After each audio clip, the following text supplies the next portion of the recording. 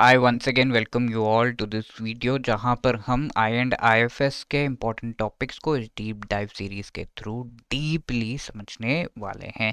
Deep dive series is intended for the IAS I and IFS paper of the JIB exam में 2026, जहाँ पर इस particular paper में बहुत अलग अलग टाइप के क्वेश्चंस एग्जाम में आने लगे हैं फॉर डिफरेंट टॉपिक्स, तो उनको हम प्रैक्टिस करेंगे। आज का हमारा टॉपिक है Indian economy till 2008 and after 2008 किस तरीके का था, उससे related discussion. Before moving ahead, let me tell you that EduTab has come up with wonderful documents for you, 135 plus most important topics, previous year questions and 1200 most important MCQs, most important topics each and every paper के chapter wise segregate करके आपको दिए गए हैं so that आप उनसे prepare करो। Previous year questions 2023 में से अभी तक के जो भी हैं वो सब आपको यहाँ पर प्रोवाइड किया गया है। Solve previous year questions, 1200 most important MCQs, जिससे किस पर्टिकुलर चैप्टर से कैसा क्वेश्चन पूछा जा रहा है इसका आपको अच्छा आइडिया लगे, ये भी इसमें प्रोवाइड किया गया है। इसका एक बढ़िया PDF हमने बनाया है जो आप डाउनलोड कर सकते हैं by clicking the link given in the description of this video. Video में आगे बढ़ने से पहले आपको ये तो पता होना चाहिए कि ये वीडियो मुझे देखना क्यों है। इस वीडियो को देखकर इस तरह के जो क्वेश्चंस एग्जाम में आते हैं उनको आप अच्छे से आंसर कर सकते हैं। देखिए, मई 2023 आई एंड IFS का जो पेपर है JIB एग्जाम का, उसमें ये क्वेश्चन पूछा गया था, the term Hindu rate of growth was coined by. ठीक है, just try to answer this. अभी शायद आप आंसर ना कर पाए, बट इस वीडियो को देखने के बाद you will be able to answer such and other such questions. ठीक है, तो वीडियो के एंड तक जरूर रहिएगा और इस क्वेश्चन को आंसर करते हुए जाइएगा। Now here we are talking about Indian economy 2008 तक किस तरीके का था एंड आफ्टर दैट किस तरीके का हम कह सकते हैं इंडियन इकोनॉमी में डेवलपमेंट्स आए हैं, उसको हम यहाँ पर डिस्टिंक्ट फेजेस के थ्रू देख रहे हैं। सबसे पहला फेज है स्लो ग्रोथ का फेज। जैसे इंडिया को इंडिपेंडेंस मिला एंड पहली बार इंडिया ने 1951 के बाद से जो है 5 ईयर प्लानिंग शुरू की थी। 5 year plan are those plans जिनके थ्रू इंडिया एक पर्टिकुलर फोकस से लेकर चलता था for the upcoming 5 year, so that इस पर्टिकुलर एस्पेक्ट पर वर्क किया जा सके from the economic perspective, and कई सारे और टारगेट्स लेकर, जिसमें से GDP ग्रोथ का टारगेट जो है सबसे इंपॉर्टेंट होता था। तो अगर if I give you an example, first 5 year plan 1951 से 56 के बीच लाया गया था, और इस फर्स्ट 5 ईयर प्लान के टाइम पे एग्रीकल्चरल डेवलपमेंट करना was the most important focus area for us, because India food grains के लिए दूसरे कंट्रीज पे डिपेंडेंट था, तो इंडिया को सेल्फ सफिशिएंट बनना था एटलीस्ट इन फूड ग्रेन्स, तो that was the main important focus. ऐसे ही कुछ फोकस लेकर 5 ईयर्स के लिए प्लानिंग करने के हमारे इस अप्रोच को टुवर्ड्स इकोनॉमी, उसे हम 5 ईयर प्लानिंग कहते हैं। तो at that time economic growth का किस तरीके का लेवल था 51 टू 1980 के बीच, slow economic growth planned development model था, जहां पर 5 ईयर प्लानिंग को हम इंप्लीमेंट कर रहे थे।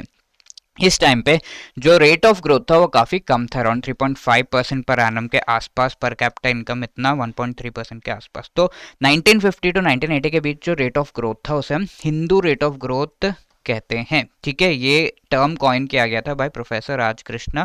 इन्होंने इस तरीके से हिंदू रेट ऑफ ग्रोथ, ये जो टर्म है इसे कॉइन किया कि ये हिंदुस्तान यानी कि इंडिया का कैरेक्टरिस्टिक फीचर बन गया है अब कि 3.5 से 4% के आसपास की ग्रोथ रेट रहता है, इससे आगे बढ़ ही नहीं पा रहे हैं हम। ठीक है, तो इंडिया के ग्रोथ रेट को कैरेक्टराइज कर दिया गया, इंडिया के साथ जोड़ दिया गया, and it was called the Hindu rate of growth. किसने ये टर्म कॉइन किया? प्रोफेसर राजकृष्ण ने इन 1978। लो productivity, slow industrial development and limited improvement living standards में ये main characteristics eight this time of period थे। अब 1980 से 1990 के बीच ग्रोथ रेट धीरे धीरे बढ़ने लगा, राइट। यहाँ पर हिंदू रेट ऑफ ग्रोथ से हम ब्रेक कर पाए, during which 5 year plan, sixth 5 year plan के टाइम पे 1980 टू 85 के बीच जो लाया गया था। क्या मेन फैक्टर्स थे? गवर्नमेंट ने ज़्यादा से ज़्यादा स्पेंड किया, हमारी इंपोर्ट पॉलिसीज लिबरलाइज हो गए, एंड काफ़ी सारे कंट्रीज के साथ हम ट्रेड में इन्वॉल्व होने लगे, धीरे धीरे बूस्ट करने लगे हम प्रोडक्शन को, and imports, capital goods, raw materials का काफ़ी ज़्यादा हम करने लगे। ओवरऑल अगर हम एसेस करें तो इसमें स्ट्रक्चरल रिफॉर्म्स जो है वो बहुत ज़्यादा हमने नहीं किए थे, ऊपर ऊपर से रिफॉर्म्स किए थे, उसके वजह से बहुत ज़्यादा हेल्प नहीं मिल पाए।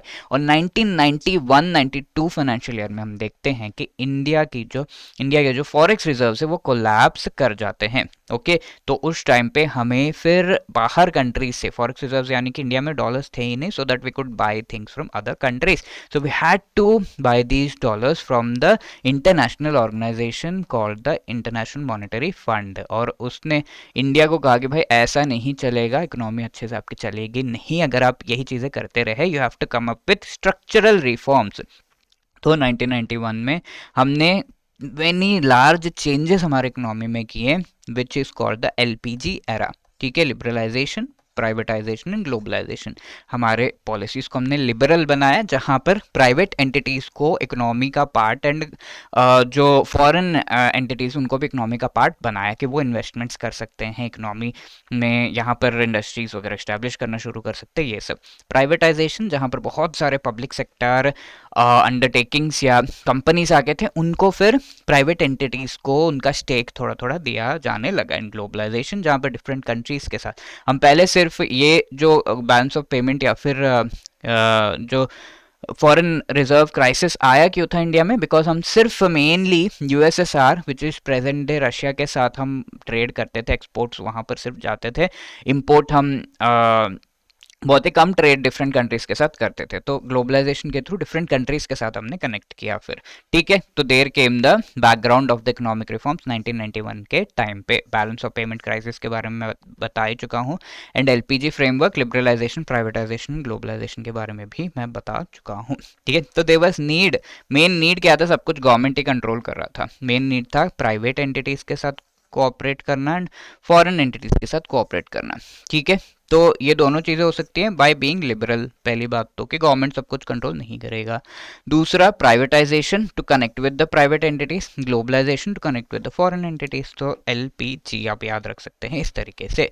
ग्रोथ परफॉर्मेंस कैसा था, 6.7% तक हम पहुंच गए थे। फॉरेन कैपिटल बहुत ज़्यादा फॉरेन कंट्रीज से इन्वेस्टमेंट इंडिया में आने लगा, which helped this growth during the 8th 5-year plan 1992 to 97।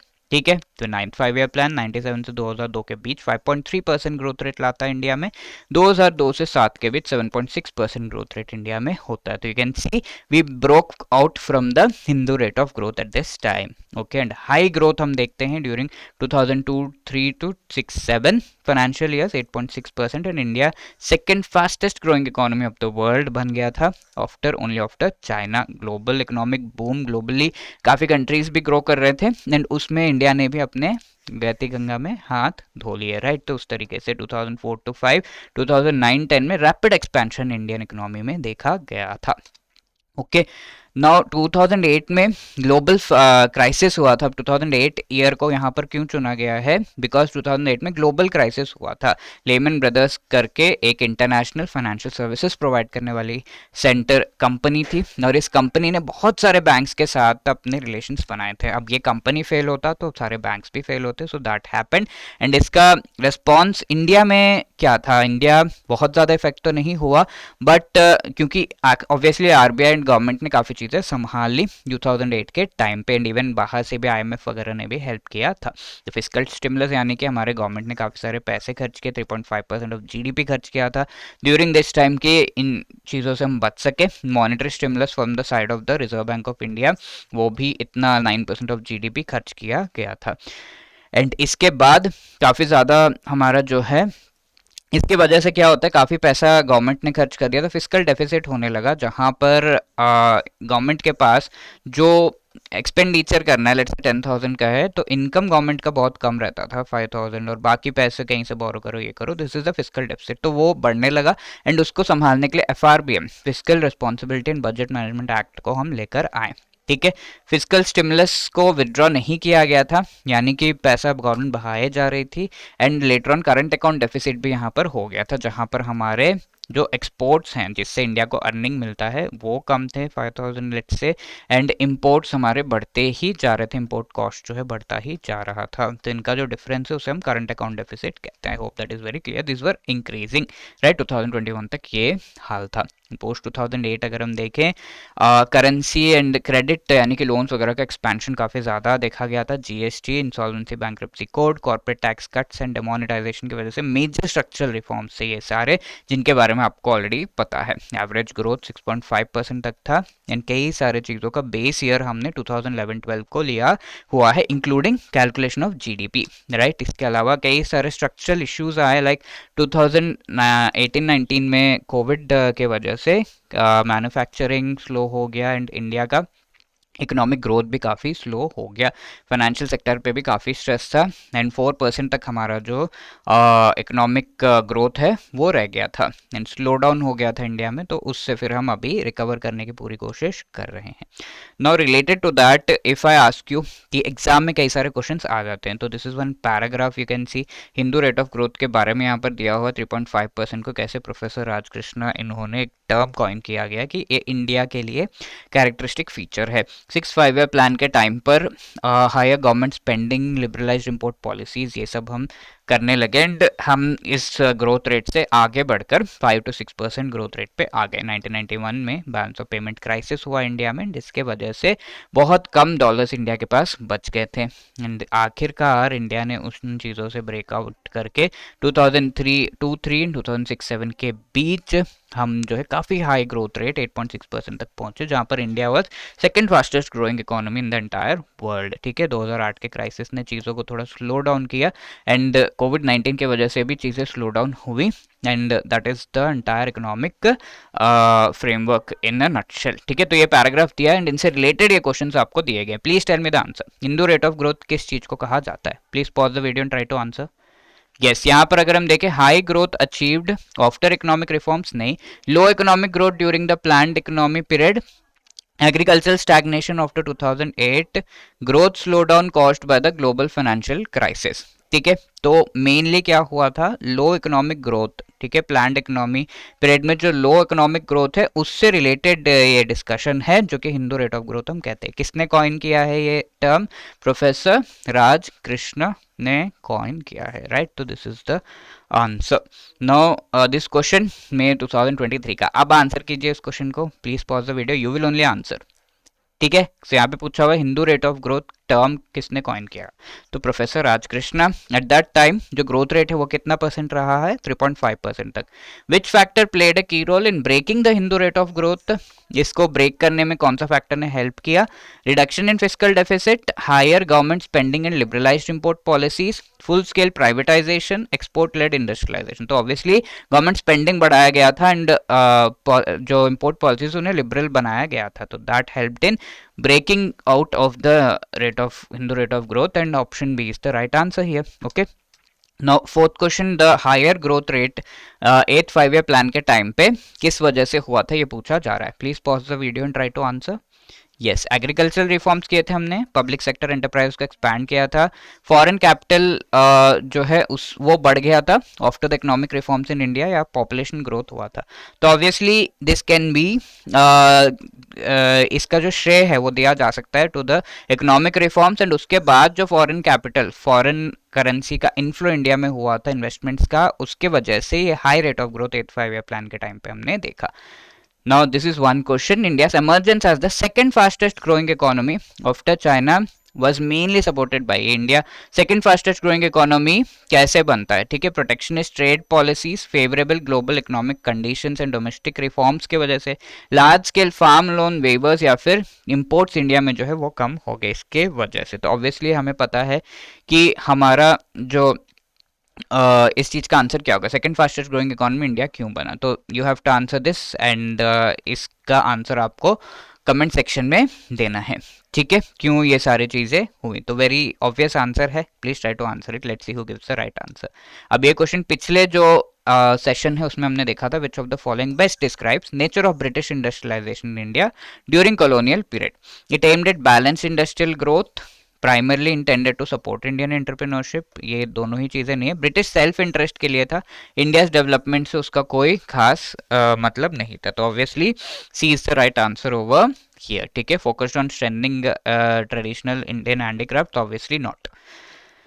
और इन्हीं चीज़ों से रिलेटेड अगर आपको बहुत ही अच्छे तरीके से एग्ज़ाम की प्रिपरेशन करनी है, then we have a wonderful course for you, the wonderful courses for you. आप इस वीडियो के डिस्क्रिप्शन में जो हमारे वेबसाइट का लिंक है उसको क्लिक करके इस पेज पे पहुंच सकते हैं, जहां पर आपको डिफरेंट कोर्सेज जो एडुटैप आपको ऑफर कर रहा है उससे रिलेटेड एनरोल करने के सारे डिटेल्स मिल जाएंगे। अब ये JIB master course is the first thing that I want to tell you about, जिसमें आप कॉम्प्रहेंसिवली प्रिपेयर कर सकते हैं। देखिए टाइम बहुत कम अभी हम देखें तो कम बचा है, ऑल्दो आपको लग रहा है कि काफ़ी सारा टाइम है, बट मार्च फरवरी आपका काफ़ी बिजी रहेगा, फिर आप डायरेक्टली अप्रैल का एक महीना बचा रहेगा आपके पास। तो have to make the best use of January and later on March and जो फरवरी उसमें थोड़ा बहुत पड़ा एंड अप्रैल में कंसोलिडेट करो। तो उससे रिलेटेड आप अच्छे से प्रिपरेशन करना भी आपके लिए रिक्वायर्ड है। तो इस टाइम का बेस्ट यूटिलाइजेशन आप कर सकते हैं by going for comprehensive preparation, जो आप मास्टर कोर्स के थ्रू कर सकते हैं। Detailed each and every topic को अच्छे से यहाँ पे एक्सप्लेन किया गया है, एंड लाइव क्लासेस के थ्रू आपको एग्जाम से पहले अच्छे से सारे मोस्ट इंपॉर्टेंट टॉपिक्स को रिवाइज भी करा दिया जा रहा है। Each and every chapter wise notes, MCQs, full length mock test, previous year question, सब कुछ इसमें अवेलेबल है। चारों कंपोनेंट्स के आपको क्लासेस इसमें मिल जाएंगे। There is also discount that is available. तो ये discount code, coupon code use करके आप डिस्काउंट भी अवेल कर सकते हैं ऑन दिस पर्टिकुलर कोर्स। आपको ऐसा है कि नहीं सिंगल कंपोनेंट का ही हमें कोर्स चाहिए, मास्टर कोर्स चाहिए, तो you can go for IFS का specific master course, PPB, AFM, RBWM का स्पेसिफिक मास्टर कोर्स भी आप ऑप्ट कर सकते हैं, राइट। इसके अलावा ईच एंड एवरी कंपोनेंट का अच्छे तरीके से, अगर आपको ऐसा है कि रिकॉर्डेड वीडियोस नहीं, लाइव क्लासेस के थ्रू बेटर प्रिपरेशन करना चाहूँगा मैं, तो लाइव क्लासेस में हम मोस्ट इंपॉर्टेंट टॉपिक्स आपको यहाँ पर लाइव क्रैश कोर्स के थ्रू वो भी पढ़ा रहे हैं। तो you can be part of this live classes के साथ each and every chapter wise notes, MCQs, full length mock test, previous year question, सब कुछ इसमें भी अवेलेबल है। You can use the coupon code to get the discount. And अगर कोई ऐसा है कि अपने से प्रिपरेशन में कर सकता हूँ, बस मुझे टेस्ट सीरीज चाहिए, तो you can go for this test series, जिसमें solve previous year questions, full length mock test, chapter wise MCQ, सब कुछ अवेलेबल है। ईच जो कोर्स है उसके साथ आपको डिस्काउंट भी प्रोवाइड किया जा रहा है using this discount coupon code, and you can avail these by clicking the link given in the description of this video. Wishing you all the best, and if you have any other query आप इस number पे call कर सकते हैं, and इस mail पे mail भी drop कर सकते हैं, hello@edutap.co.in. All the best, thank you so much.